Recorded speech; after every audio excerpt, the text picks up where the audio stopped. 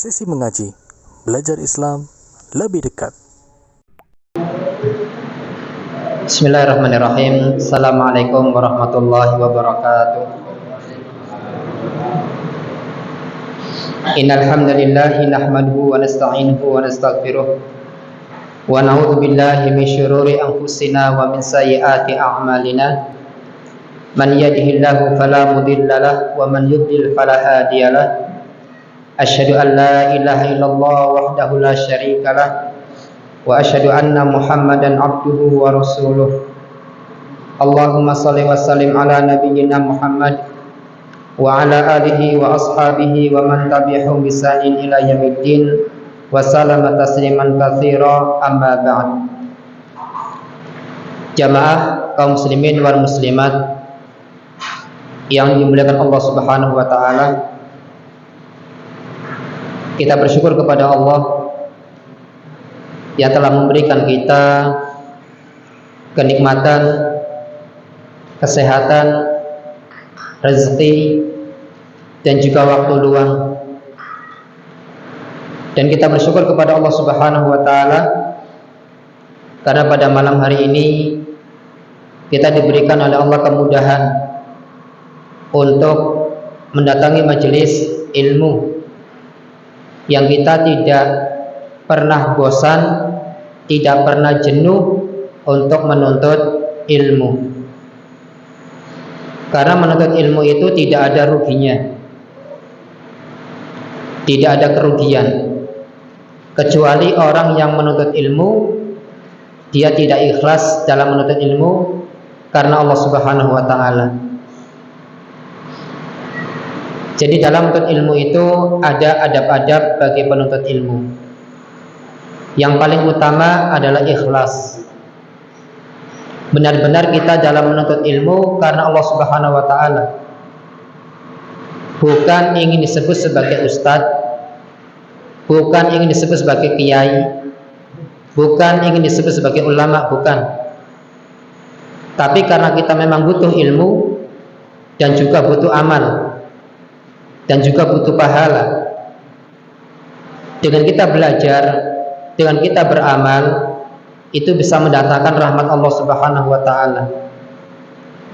Dan kalau Allah sudah merahmati seseorang, maka Allah akan masukkan dia ke dalam surga. Karena Nabi SAW sendiri mengakui bahwasanya dia masuk surga bukan karena amalnya, tapi karena rahmat Allah Subhanahu wa taala. Tapi dengan amal tersebut akan mendatangkan rahmat Allah Subhanahu wa taala, dan dengan rahmat Allah itu akan menjadikan orang tersebut dimasukkan ke dalam surga Allah Subhanahu wa taala. Maka marilah kita melakukan hal-hal yang diridai oleh Allah Subhanahu wa taala, hal-hal yang dicintai oleh Allah Subhanahu wa taala. Jangan sampai kita banyak menggunakan waktu untuk hal-hal yang tidak bermanfaat untuk dunia kita dan akhirat kita. Nabi SAW bersabda, min husni islamil mar'i tarkuhu ma la ya'nihi. Di antara tanda kebaikan keislaman seseorang adalah dia meninggalkan hal-hal yang tidak bermanfaat untuk dirinya. Nah, maka dari itu kita senantiasa terus bersemangat dalam menuntut ilmu, karena memang kita butuh ilmu, dan ilmu itulah yang akan membimbing kita kepada jalan yang lurus, kepada jalan yang benar. Dengan ilmu tersebut bisa menguatkan iman kita, dengan ilmu tersebut bisa memberikan keistiqomahan kepada kita di dalam menuntut atau menempuh jalan yang benar.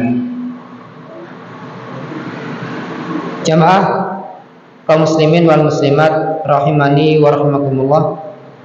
Alhamdulillah, pada malam hari ini kita akan masih melanjutkan pembahasan masalah salat, karena pembahasan ini adalah pembahasan sangat penting sekali bagi kita semua.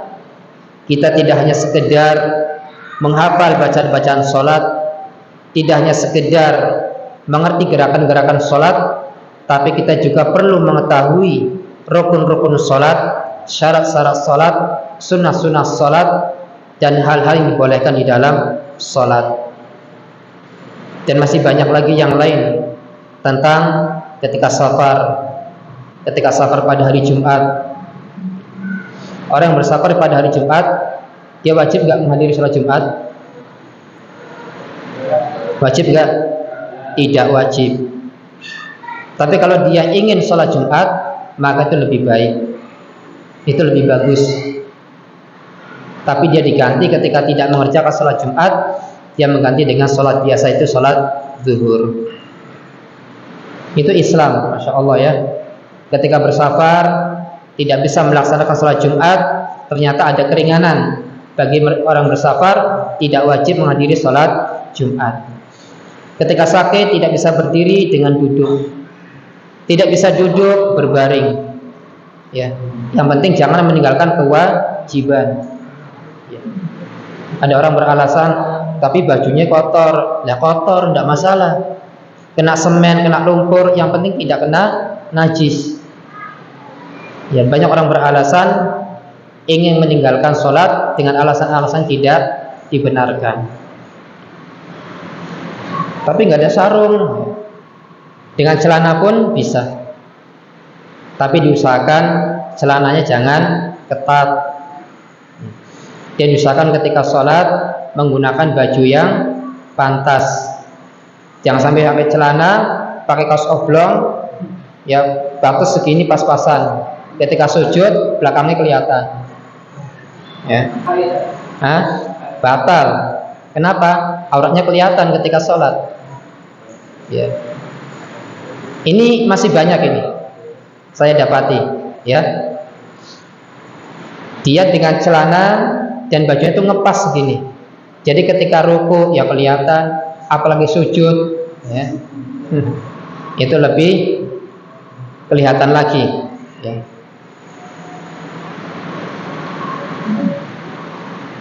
Dari sini yang akan kita bahas di sini adalah yang pertama, syarat-syarat sholat.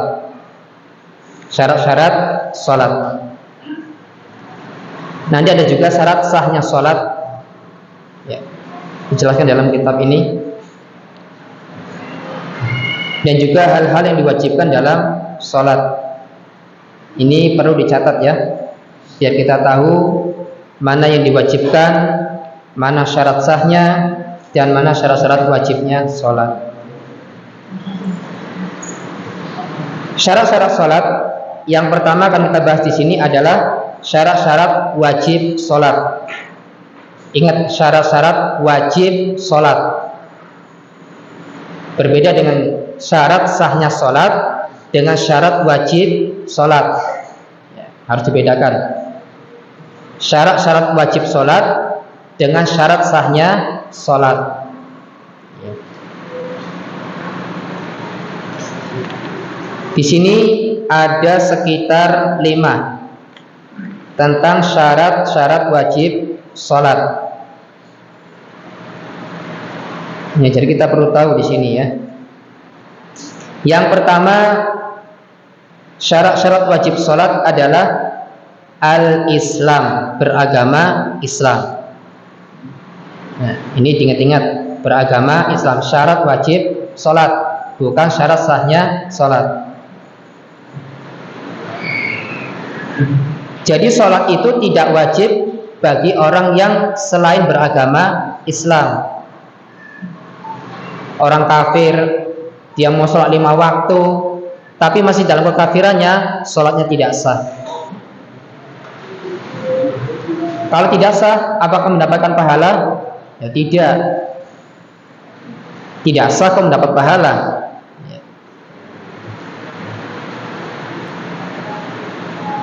Ya mau dia agamanya apa, kalau dia ikut sholat tetapi masih kafir, maka sholatnya tidak diterima Allah Subhanahu wa ta'ala. Waduh, berarti Allah ini nggak adil. Masa orang kafir nggak boleh sholat? Ada syaratnya. Masuk Islam dulu, beriman kepada Allah, beriman kepada Rasulullah, ucapan 2 kalimat syahadat, baru sholatmu akan diterima Allah Subhanahu wa ta'ala. Karena mengucapkan 2 kalimat syahadat adalah salah satu syarat dalam sholat. Ya, asyhadu an la ilaha illallah wa asyhadu anna Muhammadar Rasulullah. Di sini ketika kita mengucapkan asyhadu an la ilaha illallah wa asyhadu anna Muhammadar Rasulullah, itu ada rukun di situ. Yang pertama di dalam ibadah, asyhadu alla ilaha illallah, ini menunjukkan dalam ibadah harus ikhlas karena Allah. Kemudian ketika asyhadu anna Muhammadar Rasulullah, ketika kita menjalankan ibadah harus sesuai dengan tuntunan Rasulullah sallallahu alaihi wasallam, bukan dengan tata cara sendiri. Ya. Ini kan kata Pak Kiai begini, kata Pak Ustadz begini, kata ulamanya begini, gerakannya, bacaannya. Tapi ketika ditimbang dengan hadis-hadis Nabi sallallahu alaihi wasallam, ternyata ini tidak ada hadisnya, maka tidak boleh diamalkan. Seperti orang mengatakan, orang sholat ketika takbir sambil memutar-mutar tangan. Nah, ya kan? Katanya, ya, kata guru saya misalkan ya. Kenapa sholatnya muter-muter ininya? Karena kata ustadz saya, kiai saya, harus mendahulukan yang kanan dulu. Allahu Akbar, nah kanan dulu. Nah baru gini. Nah, tapi Nabi tidak mencontohkan. Ketika takbir, ketika mau bersedekap dengan memutar-mutar. Nah, ini kan sesuatu yang tidak dicontohkan. Ternyata perkara-perkara baru di dalam menjalankan sholat itu ada yang tidak pernah Nabi contohkan. Kemudian lagi ada seorang imam yang ketika mau sholat membaca surat An-Nas. Qul a'udzu billahi minasyaitonir rajim. Bismillahirrahmanirrahim. Qul a'udzu birabbil nas, malikin nas, ilahin nas, min syarri nas, alladzi yuwaswisu fi sudurin minal jinnati wan nas. Allahu Akbar. Katanya biar tidak diganggu setan. Nabi mencontohkan nggak ketika mau takbir itu baca surat An-Nas? Tidak. Ketika kita baca doa iftitah selesai, kemudian ada doa apa? A'udzu billahi minasyaitonir rajim. Itu adalah doa agar kita berlindung kepada Allah dari godaan setan. Udah cukup itu. Ya. Kenapa harus surat An-Nas? Al-Baqarah sekalian. Iya. Ya, ketika mau takbir kenapa enggak Al-Baqarah sekalian? Karena Nabi SAW mengatakan bahwasanya setan itu akan lari dari rumah yang di dalamnya dibacakan surat Al-Baqarah. Ya kenapa enggak Al-Baqarah sekalian? Nah, ada ayat kursinya di situ, iya kan? Nah, inilah kalau memahami agama dengan perasaan sendiri. Maka perlu ditimbang kembali perbuatan-perbuatan, ucapan-ucapan dengan dalil-dalil yang sahih. Ternyata perkara-perkara baru itu ada di dalam sholat yang tidak pernah Nabi contohkan. Apalagi kita sering lihat ya, ruku sambil jukut-jukut begini, ya kan?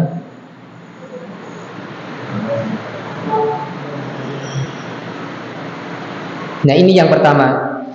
Jadi Islam, syarat-syarat wajib sholat adalah Islam.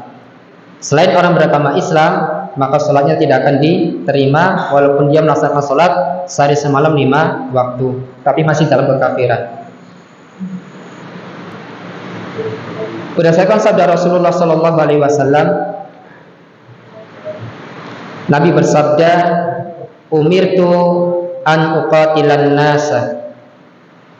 Umirtu artinya aku diperintahkan, an uqatilan nasa, untuk memerangi manusia. Artinya berdakwah agar orang-orang yang kafir itu mengucapkan apa? Hatta yashhadu an la ilaha illallah, sampai mengucapkan asyhadu an la ilaha illallah wa anna Muhammadan Rasulullah. Wa yuqimus salata wa yutuz zakata, dan mereka mendirikan salat dan mereka menunaikan zakat. Di sini sering digandengkan antara salat dengan zakat. Okay. Maka ini perintah dari Nabi Shallallahu Alaihi Wasallam kepada Umar bin Khattab. Umirtu, aku diperintahkan untuk memerangi manusia. Memerangi di sini ada kata-kata qatala. Qatala itu kalau dalam bahasa Arab artinya membunuh. Ya. Dalam arti yang lain, qatala itu bisa artinya memerangi. Nah, di sini memerangi di sini bukan berarti membunuh atau memerangi, tapi berdakwah, mengajak orang kepada Islam. Ya. Jadi dalam Islam itu ketika Nabi SAW mengajak orang-orang kaum kafir untuk masuk Islam tidak mau, ya, tidak mau, maka jalan yang kedua diperangi, diperangi, agar Islam ini ketika menguasai di seluruh dunia, maka kedamaian itu akan ada, ketenangan, kenyamanan itu akan ada. Bahkan orang kafir sendiri itu mengakui ketika dia berada di dalam negara Islam, dia mendapatkan keamanan, merasakan kenyamanan. Ya. Juga sabda Rasulullah SAW, Nabi SAW pernah mengutus Mu'adz bin Jabal ke negeri Yaman. Mu'adz bin Jabal pernah diutus oleh Rasulullah SAW ke negeri Yaman. Rasul kalau mengutus seseorang bukan sekedar mengutus, tapi orangnya dilihat dulu, kepribadiannya, ilmunya, akhlaknya. Kenapa? Karena orang tersebut akan menjadi panutan bagi orang lain. Tapi kalau asal mengutus, udah pemahaman agamanya menyimpang, akhlaknya buruk, ya. Bagaimana orang-orang akan masuk Islam ketika melihat orang Islam sendiri seperti itu? Ya. Nah, Mu'adz bin Jabal ini diutus oleh Nabi SAW untuk ke negeri Yaman, yaitu untuk berdakwah. Ingat ya, Nabi itu mengutus Mu'adz bin Jabal untuk berdakwah, bukan untuk jualan cilok, bukan untuk jualan pakaian, bukan untuk nyari kerja, bukan, tapi untuk berdakwah.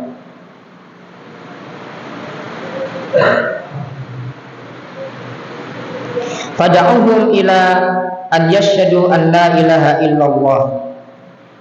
Maka yang Nabi wasiatkan kepada Mu'adz bin Jabal, serulah mereka.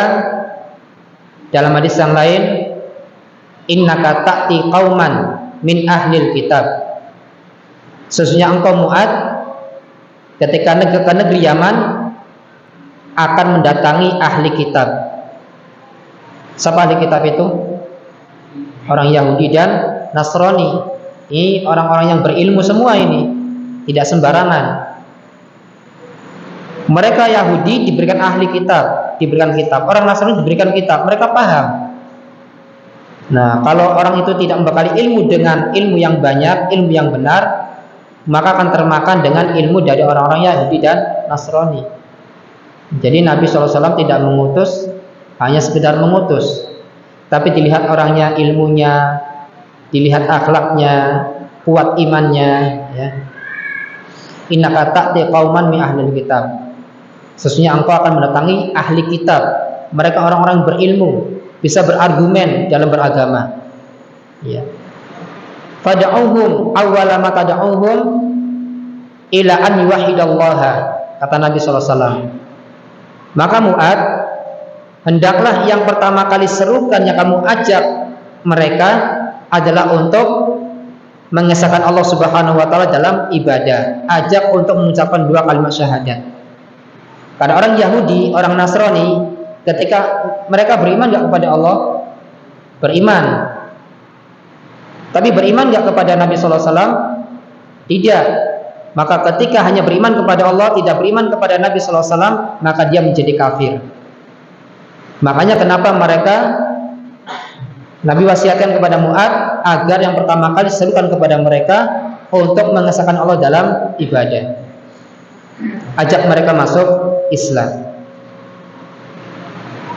Kemudian Nabi SAW mengatakan, fa in ata'u laka bidzalika fa akhbirhum annallaha qad farada 'alaihim khamsa shalawatin fi kulli yaumin wa lailatin. Wahai Mu'adz, jika mereka mentaatimu, artinya mereka mau masuk Islam, ya, ketika mereka mau masuk Islam, berarti kalau taat kepada Mu'adz bin Jabal, Muadz bin Jabal ini mengajak mereka kepada Islam, mereka taat, kemudian masuk Islam, maka Nabi perintahkan apa? Fa'akhbirhum, maka kabarkan kepada mereka, annallaha qad farada alaihim, bahwasanya Allah Subhanahu wa taala mewajibkan kepada mereka khamsa shalawatin, yaitu salat 5 waktu, fi kulli yaumin wa lailatin, mengerjakan salat 5 waktu sehari semalam.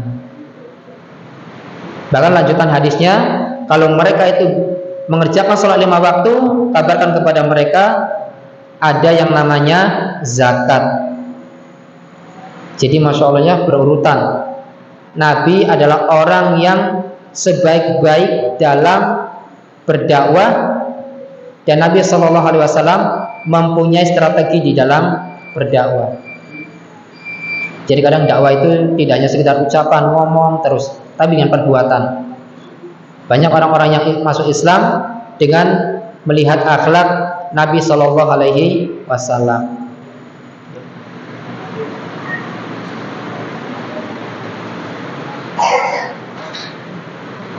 Ini hadis Nabi Shallallahu Alaihi Wasallam, bahwasanya syarat wajib sholat adalah Islam.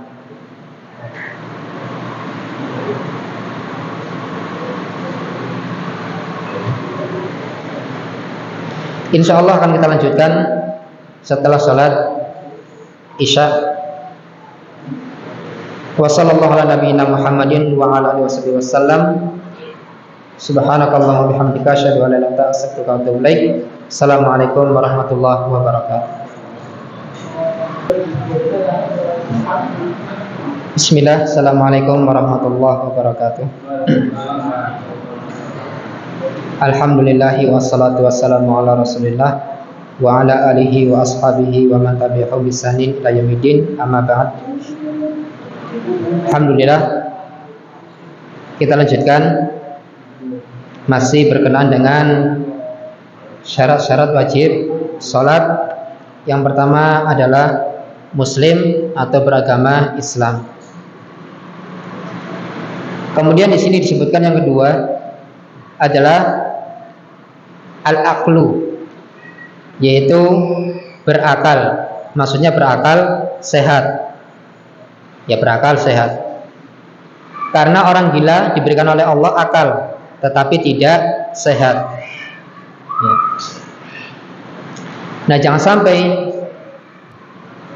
kita yang sehat akalnya tidak mau untuk melaksanakan sholat. Jadi sholat tidak diwajibkan kepada orang gila atau majnun, ya.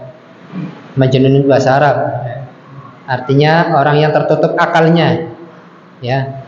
Majnunun itu dari fiil isim maf'ul, ya.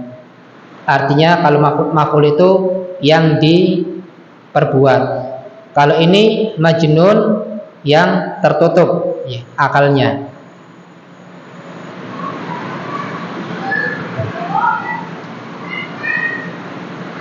Nabi SAW bersabda dalam hadis ini, Nabi menyebutkan 3 keadaan orang yang tidak wajib sholat.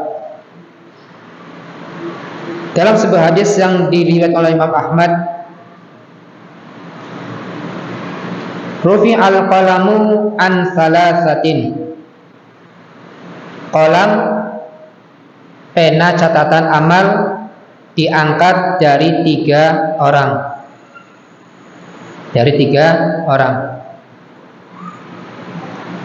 Anin naimi hatta yastayqidhu, yaitu dari orang yang tidur sampai dia terbangun.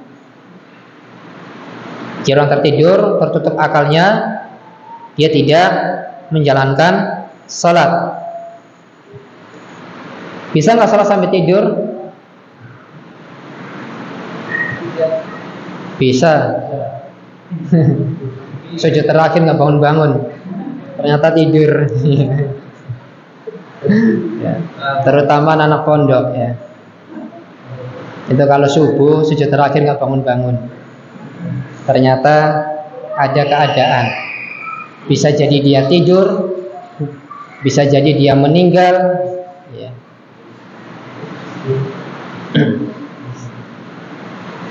Nah, ini sering didapati ketika waktu subuh. Jadi kalau antum misalkan subuh bangun jam 6 atau jam 7 atau jam 8, bahkan mungkin ada yang jam 10, ada yang enggak jam 10. Ketika jam 9 misalkan atau jam 7 lah gampangannya. Jam 7 itu bangun. Memang tidak dengar adzan, tidak apa-apanya, tidur pulas. Bangun-bangun jam 7 matahari sudah meninggi. Kata orangnya, waduh, waktu subuh sudah selesai. Berarti dia tidak mengerjakan sholat subuh. Dosa enggak? Dosa. Nabi SAW perintahkan ketika kamu sedang tertidur dan ketika bangun ingat belum sholat, maka segera berwudu kemudian sholat. Walaupun bangun subuhnya jam 7 pagi atau jam 8 pagi, sholat subuh tetap dikerjakan. Jangan sampai, wah, ini gelapnya sudah hilang, sudah terang benderang, berarti nggak sholat subuh, dosa.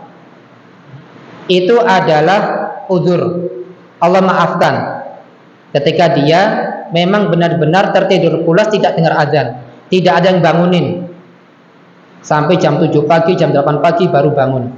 Ingat belum sholat, segera berwudu. Ya. Banyak nggak yang meninggalkan sholat subuh gara-gara bangunnya kesiangan? Banyak. Ya. Iya, banyak. Ya. Karena merasa waktu subuh sudah selesai. Padahal itu adalah sesuatu yang Allah maafkan. Kecuali memang dibangunin tidur lagi, dibangunin tidur lagi, ya kan? Kata Rasulullah SAW, telinganya itu dikencingin oleh setan. Ya kita nggak tahu ya baunya bagaimana, kencingnya warna apa, kita nggak usah tanyakan itulah, nggak usah tanyakan.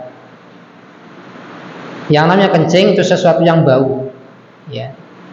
Dan kita nggak usah menanyakan bagaimana air kencingnya setan, warnanya apa, baunya bagaimana, ya nggak usah. Yang penting itu kabar dari Nabi, telinganya dikencingi sama setan, ya. Dulu saya ketika jadi pengasuh, ibaratnya pengasuh asrama, bangunin santri itu sampai setengah jam sendiri, Pak. Asli, tiap malam, subuh terutama ya. Walaupun saya sambil ngantuk-ngantuk juga bangunin tetap. Ya, bangun 3:30, ya. Kemudian kamar mandi dulu, terus bangunin santri. Ada juga pengasuh bangunin santrinya, sudah bangun dia tidur lagi. Ini luar binasa. Iya. Ya, pengalaman. Maksudnya bukan saya yang tidur, bukan. Maksudnya pengalaman ketika jadi musyrik misalnya, pengasuh asrama. Jadi walaupun santri sudah keluar dari asrama, ternyata mencar-mencar, ada yang masuk ke kelas, tidur lagi di sana, ada yang di bawah tangga, tidur lagi di situ, ya. Makanya ketika mau pergi ke masjid, saya tuh cek dulu di bawah tangga, udah nggak ada, aman, baru ke kelas. Ada 2 orang, 3 orang. Iya. Tapi ketika masuk masjid di absen, siapa yang tidak ada, ketahuan. Ya. Ini pengalaman saja. Ya.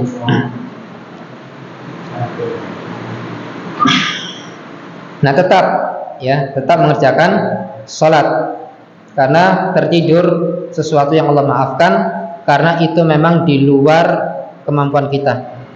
Antum tidur jam 11 atau setengah 12, ternyata bangun-bangun asar, ingat belum sholat duhur, ya maka sholat duhur dulu baru sholat asar.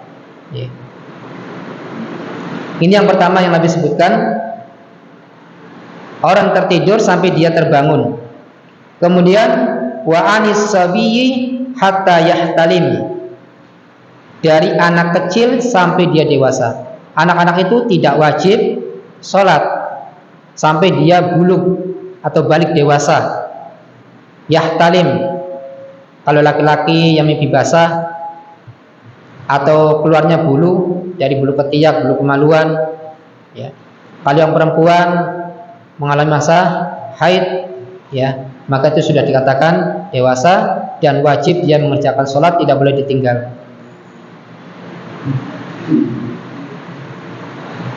Wa anil majnuni hatta yaqil, dan dari orang gila sampai dia berakal sehat. Orang gila ketika dia dalam kegilaannya itu dia tidak wajib sholat.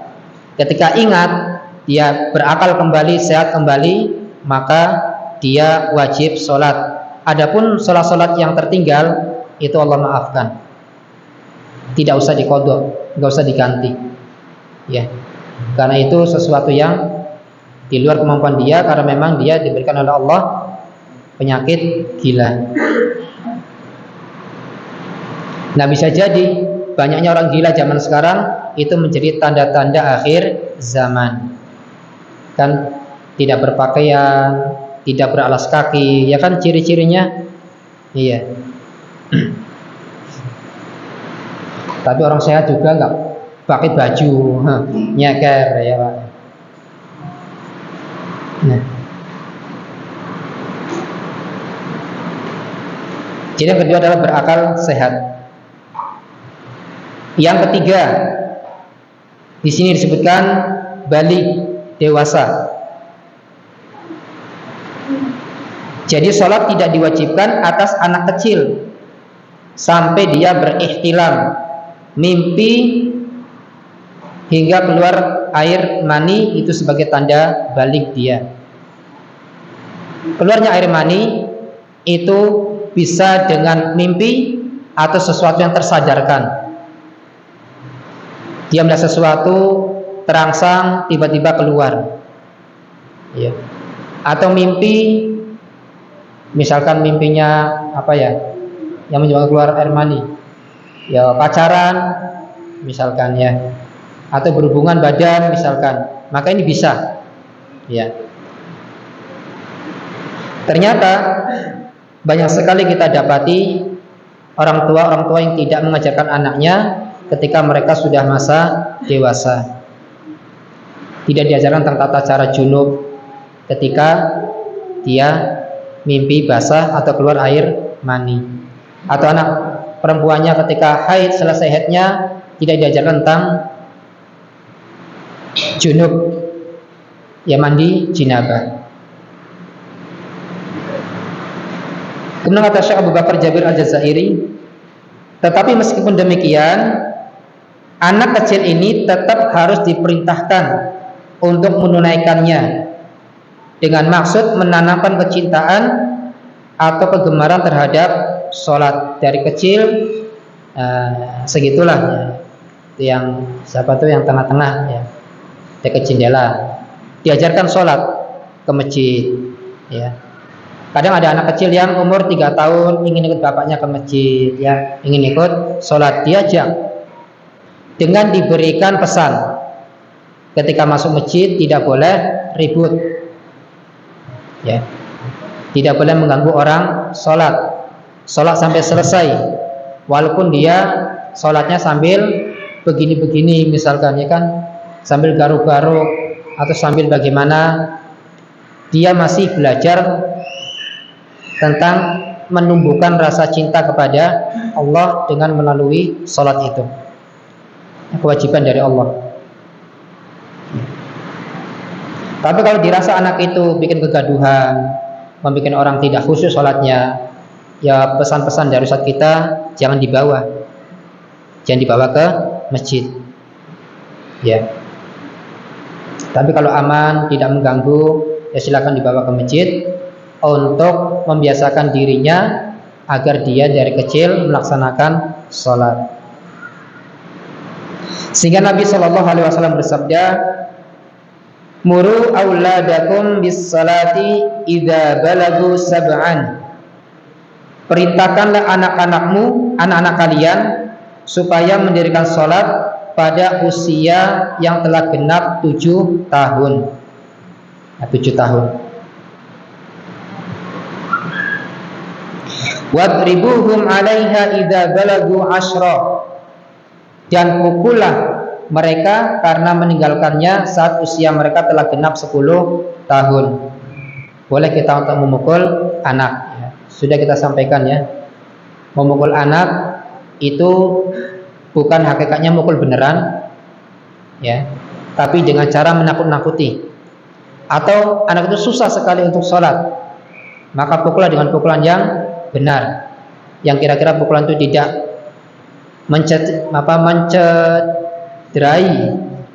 menciderai atau membuat memar, benjol dan sebagainya.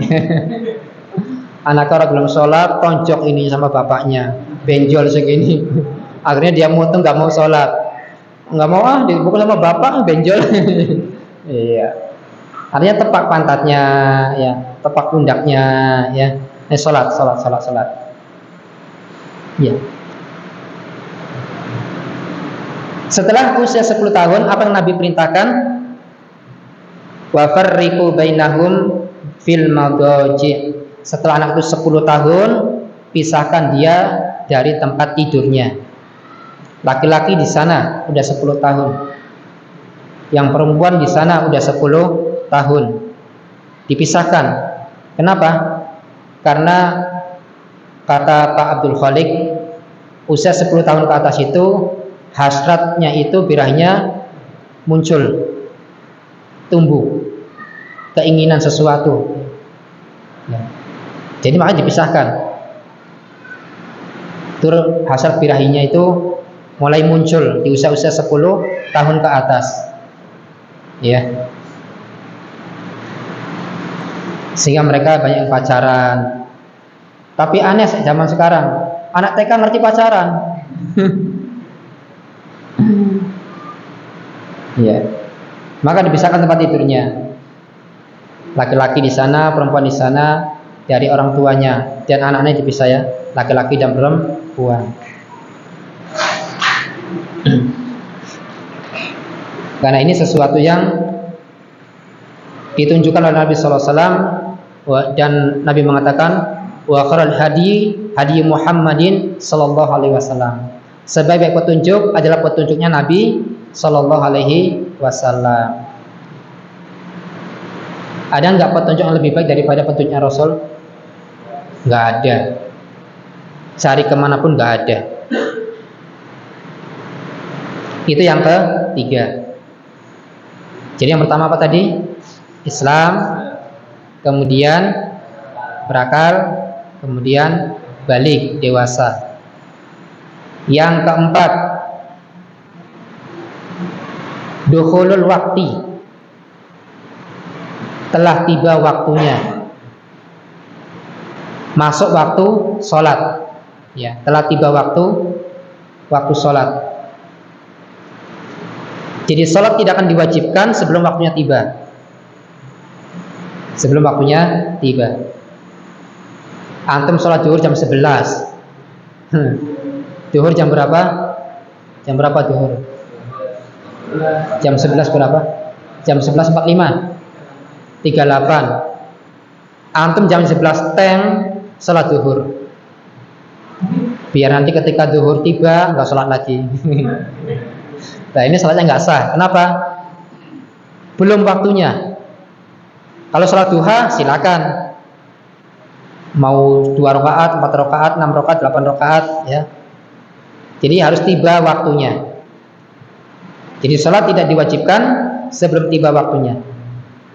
Allah Subhanahu wa taala berfirman dalam surah An-Nisa ayat 103, "Faqimus shalah innas salata kanat 'alal mu'minina kitaban mawquta." Maka dirikanlah sholat, sesungguhnya sholat itu adalah kewajiban yang ditentukan waktunya atas orang-orang yang beriman.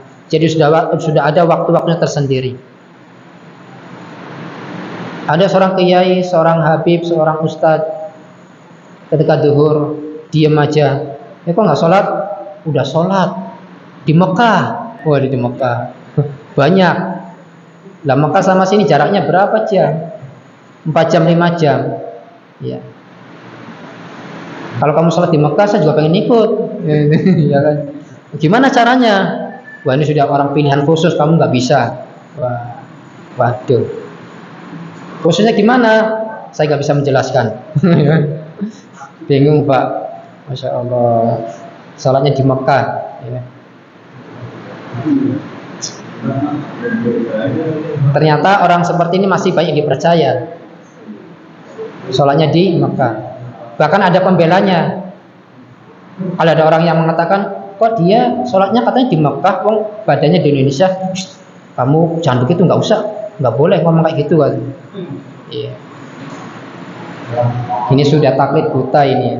Sudah taklid buta. Apa taklid buta? Apa taklid buta? Taklid buta lawan dari ittiba. Taklid buta itu mengikuti tanpa dasar ilmu. Taklid buta. Kalau ittiba mengikuti dengan dasar ilmu. Iya. Jadi taklid buta itu ikut-ikutan. Dia nggak peduli mau salah mau benar, yang penting ikut. Itu taklid buta. Tanpa mengecek dia salah atau benar. Tapi kalau ittiba yang dia ikuti benar, ada dalilnya dari Al-Quran, dari hadis, ya, tahu.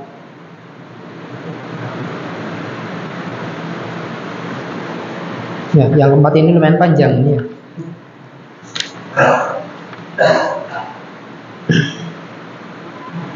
Kata Syekh Abu Bakar Jabir Al-Jazairi, yakni memiliki waktu yang telah ditentukan batasnya. Jadi waktu duhur tibanya kapan, habisnya kapan. Asar kapan, habisnya kapan. Ya. Yang di sini disebutkan di mana Jibril alaihissalam datang serta memberitahukan kepada Rasulullah SAW mengenai waktu-waktu sholat. Jibril datang memberitahu kepada Rasul tentang waktu-waktu sholat. Berarti orang tadi yang sholat di Mekah, dia tidak mengetahui waktu-waktu sholat.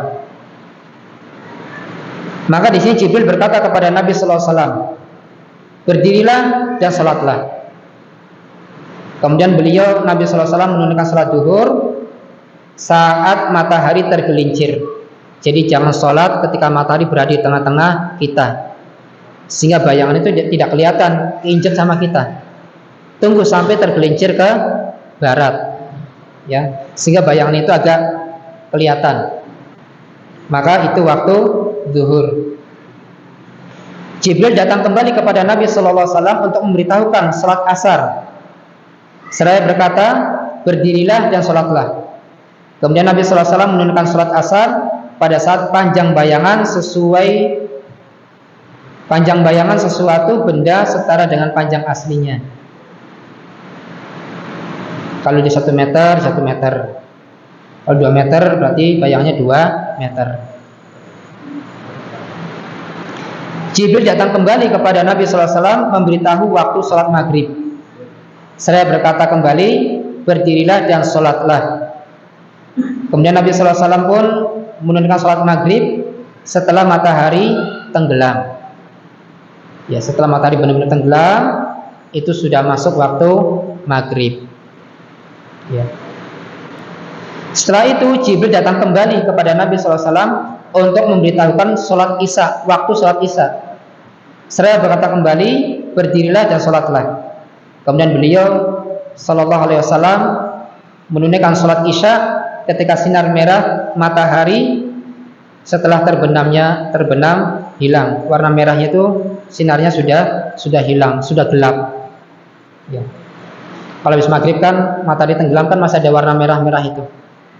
Itu sampai hilang, sampai kelihatan gelap. Maka itu masuk waktu isya. Kemudian yang terakhir, Jibril pun datang kembali kepada Nabi SAW untuk memberitahukan sholat subuh ketika fajar shadiq menyingsing. Karena fajar itu ada 2, ada fajar kadhib, ada fajar shadiq. Kalau fajar kadhib itu munculnya sebelum datangnya waktu sholat subuh. Kalau fajar shadiq itu sudah ada cahaya. Ya, jadi ketika matahari belum muncul, tapi sudah ada cahaya, sudah agak terang. ya, sudah agak terang. Jadi di masyarakat kita itu terjadinya ya, di masyarakat kita kondisi masih gelap, adzan, ya mungkin masuk waktu salat subuh ya, adzan. Antara adzan dan iqamah itu jaraknya ya paling berapa menit lah. Jadi intinya selesai salat subuh, tapi kondisinya masih gelap. Nabi SAW ketika salat bersama para sahabat, itu ketika selesai salat subuh selesai, kondisi sudah agak mulai terang. Maka ini perlu diperhatikan, ya. Perlu diperhatikan. Maka Nabi SAW pun beliau melaksanakan salat subuh.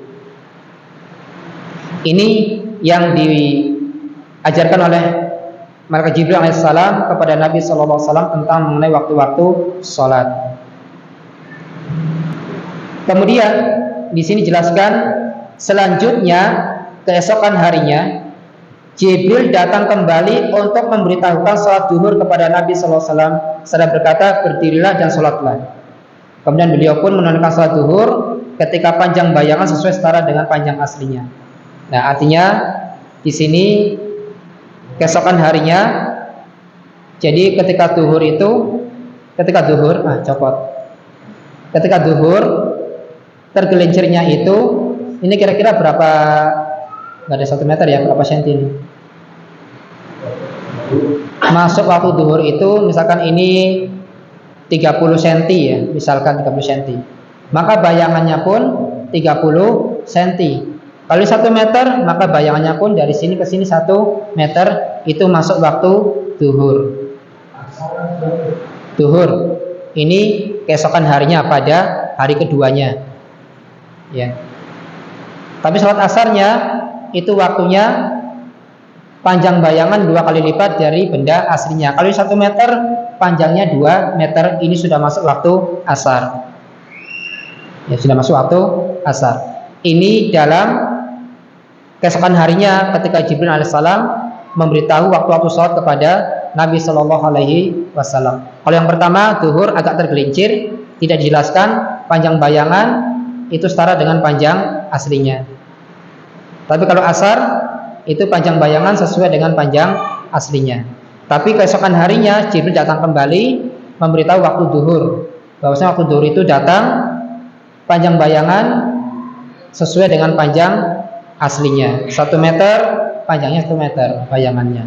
Ini 2 meter, maka ini 2 meter. Kemudian beliau SAW pun sholat duhur ketika panjang bayangan sesuatu setara dengan panjang aslinya. Kemudian Jibril datang kembali kepada Nabi SAW memberitahu waktu asar. Seraya berkata, berdirilah dan sholatlah. Kemudian beliau pun menunaikan sholat asar ketika panjang bayangan sesuatu yang setara dengan panjang aslinya tadi hilang saat matahari hampir terbenam.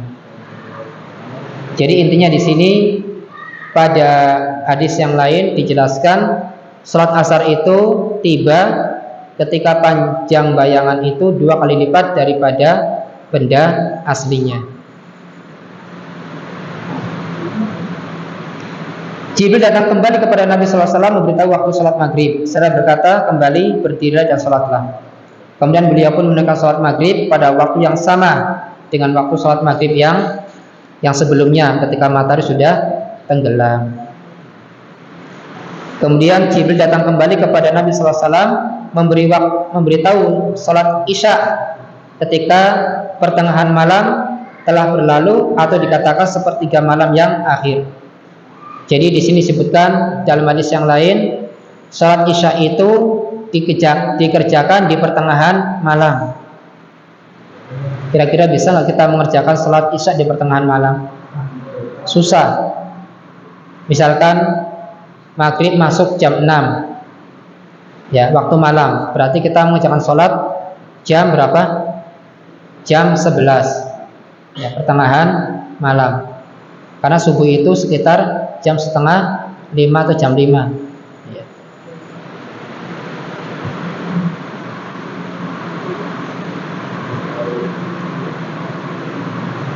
Kalau kita mengerjakan sholat isya jam 11 malam, ya semuanya berat. Kayaknya nggak ada yang ngerjakan. Kecuali tidur dulu, nyetel alarm, ya kan. Jam 11, teneng, dimatikan alarmnya, tidur lagi. Kemudian Jibril datang kembali kepada Nabi sallallahu alaihi wasallam memberitahukan salat subuh ketika keadaan sudah terang benderang. Seraya berkata, berdirilah dan salatlah. Selanjutnya Jibril berkata, di antara kedua waktu tadi adalah waktu salat, dan kita dilarang untuk mengerjakan salat dalam 3 keadaan. Ketika matahari terbit dari timur, ya, sedang berwarna apa? Kemerah-merahan. Kemudian matahari pas berada tengah-tengah kepala kita, dan ketika matahari tenggelam berwarna apa? Berwarna apa? Kemerah-merahan juga, oranye. Ya. Itu waktu-waktu dilarang untuk mengerjakan sholat. Yang terakhir di sini, syarat wajib sholat adalah yang terakhir, ya, suci dari haid dan nifas bagi perempuan. Suci dari haid dan nifas.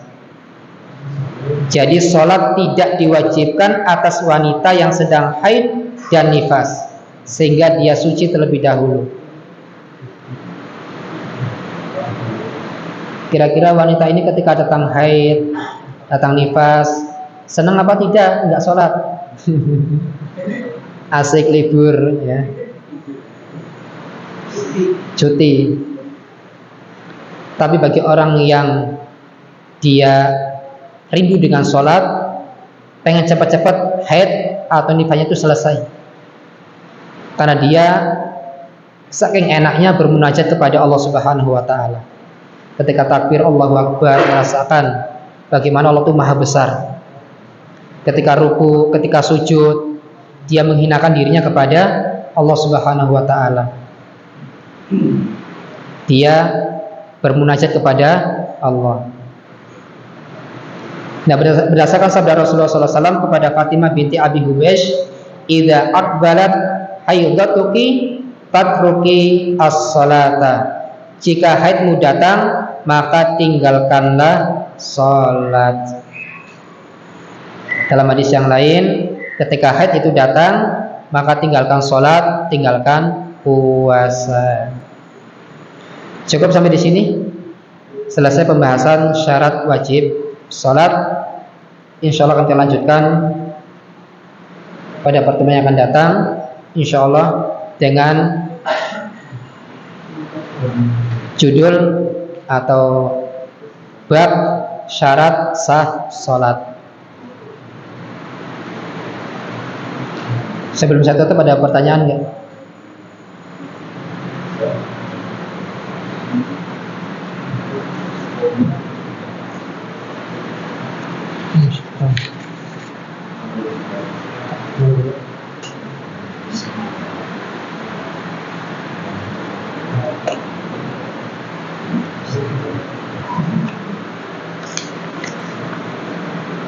Masya Allah. Dibukanya kaget. 3 pertanyaan sekaligus. Borongan cukup ini, ya. Antum nggak usah tanya lagi. Assalamualaikum Ustaz. Waalaikumsalam warahmatullahi wabarakatuh. Yang pertama ini, jika saya sudah tidur terus terbangun jam 11-an. Jika saya sudah tidur terus terbangun jam 11-an, terus tidak bisa tidur lagi, apakah boleh saya menjalankan sholat tahajud jam 11? Jika saya sudah tidur terus terbangun, berarti mengerjakan sholat malamnya bukan di sepertiga malam terakhir, ya kan? Nah, boleh nggak? Boleh. Jadi kalau tidur jam 11 bangun, jam 12 bangun, ingin sholat tahajud, monggo silakan, tidak apa-apa. Silakan sholat tahajud. Bahkan dibolehkan tahajud itu tidak harus tidur dulu. Tahajud itu tidak harus tidur dulu. Sebelum tidur pun sholat tahajud nggak apa-apa. Tapi lebih bagusnya tidur terlebih dahulu, bangun kemudian sholat tahajud. Nggak apa-apa. Jam 11, jam 12, jam 1 ya terbangun, ingin sholat tahajud, tidak apa-apa, boleh silakan. Tapi kalau pengen nanti bangun jam setengah 4, ya misalkan jam 12 bangun sholat tahajud, tapi nggak witir ya, nggak witir misalkan, witirnya nanti. Atau kalau mau witir nggak apa-apa lah. Kemudian dia tidur, ingin setengah 4 bangun lagi sholat tahajud lagi, boleh nggak? Boleh, tapi tidak usah witir. Karena Nabi SAW mengatakan tidak ada 2 witir dalam 1 malam. Tapi kan witir penutup sholat. Ya memang betul. Tetapi tidak menjadi penghalang dan tidak diharamkan ketika jam 3:30 ingin kembali sholat tahajud. Ya, dibolehkan. Walaupun sudah witir, tapi ketika 3:30 bangun ingin sholat tahajud, maka dibolehkan. Tapi tidak usah witir lagi. Ya. Yang kedua, jika saya sholat berjamaah tetapi saya terlambat 1 rakaat, tetapi saya lupa tidak berdiri, malah mengikuti imam untuk salam. Terus baru ingat tetapi saya sempat ngobrol dulu. Bukan astagfirullah ya. Setelah salam ngobrol. Ajib. Nah, dia terlambat 1 rakaat, dia lupa tidak berdiri, menambahkan dia ikut bersama imam salam. Terus baru ingat, tetapi saya sempat ngobrol dulu. Ya, mungkin dia zikir-zikir, mungkin dia ikut salam, ya. Kemudian sempat ngobrol. Apakah saya harus menambah atau sholat dari awal lagi? Ya. Ini pernah terjadi kepada Nabi Shallallahu Alaihi Wasallam. Jadi kejadian-kejadian yang dialami oleh Nabi itu ada pelajaran untuk umatnya. Nabi pernah mengerjakan sholat yang 4 rakaat. Sholat 4 rakaat. Kemudian baru 2 rakaat Nabi salam.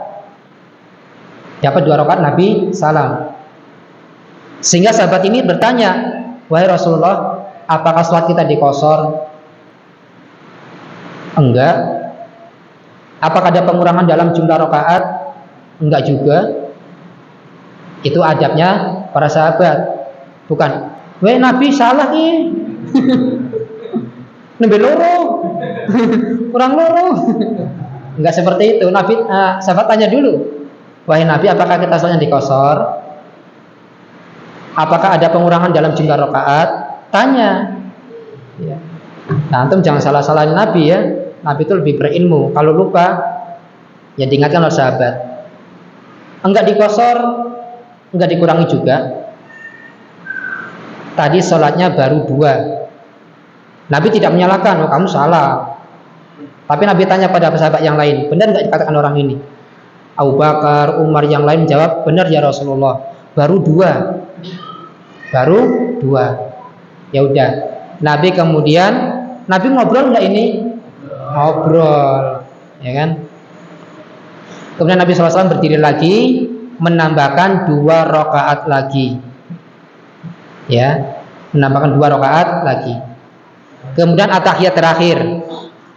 Kemudian sebelum salam, Nabi sujud sahwi. Sujud sahwinya itu sama seperti bacaan ketika kita sujud biasa, Subhana rabbiyal a'la. Enggak ada doa-doa khusus, enggak ada. Doanya sama seperti sujud biasa. Nah, jadi ibu di sini ya, Ini ibu yang bertanya ya. Ketika terlambat 1 rakaat, ternyata ketika imam salam sudah ikut salam, dan ibu sempat ngobrol. Maka ketika ingat ibu belum menambahkan 1 rakaat, ibu bangun kembali, tidak usah mengulangi dari awal. Tidak usah mengulangi dari awal 1 rakaat, 2 rakaat, 3 rakaat, enggak. Tapi nambahkan saja 1 rakaat. Kemudian at-tahiyat, sebelum salam ibu sujud sahwi 2 kali. Sujud subhana rabbil a'la, subhana rabbil a'la, subhana rabbil a'la, Allahu akbar, rabbikfirli, atau rabbikfirli warhamni wahdini wajibni, dan sampai selesai. Kemudian sujud lagi subhana rabbil a'la, subhana rabbil a'la 3 kali. Kemudian at-tahiyat, ya, bangun dari sujud, at-tahiyat, at-tahiyatul lillah sampai selesai. Sebelum salam ibu sujud sahwi, ya, 2 kali. Subhana rabbil a'la, subhana rabbil a'la, subhana rabbil a'la, rabbikfirli, sujud lagi subhana rabbil a'la 3 kali. Kemudian bangkit dari sujud, kemudian langsung salam, assalamualaikum warahmatullahi, assalamualaikum warahmatullahi, udah selesai, ya.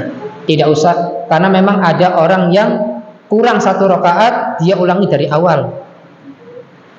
Ini memang ada kejadian, karena kurangnya apa? Kurangnya ilmu, ya.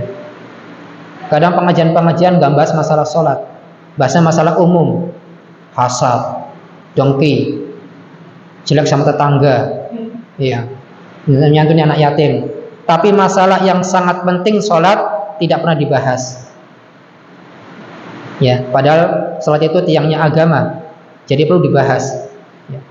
Ini yang kedua, tidak usah ulang dari awal, cukup nambahkan 1 rakaat.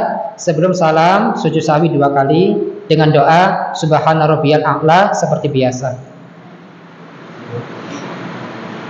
Yang ketiga, amalan apa yang boleh dikerjakan pada waktu haid? Karena jika saya sedang banyak pikiran ini banyak, Pak. Kalau saya pikirannya 1, tapi yang dipikirkan banyak sekali. Sedang banyak yang dipikirkan, gitu ya. Saya mengaji Al-Quran bisa sedikit lebih tenang. Bagi yang ini sudah dibahas ya sebenarnya ya, tentang masalah haid, masalah nifas, apa yang harus dikerjakan atau yang dibolehkan bagi orang sedang haid. Amal dikerjakan bagi orang yang haid ini boleh untuk membaca Al-Quran. Silakan boleh membaca Al-Quran dengan syarat wudhu terlebih dahulu. Ketika mau memegang Al-Quran secara langsung, pakai sarung tangan. Pakai sarung tangan. Mau gantiin kayaknya. Pakai sarung tangan. Dan boleh orang yang haid masuk masjid untuk menghadiri ini pengajian, majelis ilmu, boleh. Dibolehkan. Dan dibolehkan juga untuk bercumbu dengan suaminya. Yang dilarang adalah berhubungan badan, ya. Jadi boleh ibu, ya, ketika sedang haid ngaji nggak apa-apa, tapi wudhu dulu, pakai sarung tangan, menghadap kiblat, baru ngaji, ya. Baca ta'awudz, a'udzubillahi minasyaitonirrajim, bismillahirrahmanirrahim. Tapi kalau di pertengahan ayat tidak didahului dengan basmalah, maka cukup dengan a'udzubillahi minasyaitonirrajim tanpa membaca bismillahirrahmanirrahim, karena tidak diawali dengan bacaan basmalah, ya. Atau baca-baca buku tentang agama boleh, mengaji boleh, masuk ke masjid menghadiri pengajian seperti ini boleh, silakan. Bercumbu dengan suaminya boleh, ya. Cukup ya? Cukup. Semoga pertemuan ini menambah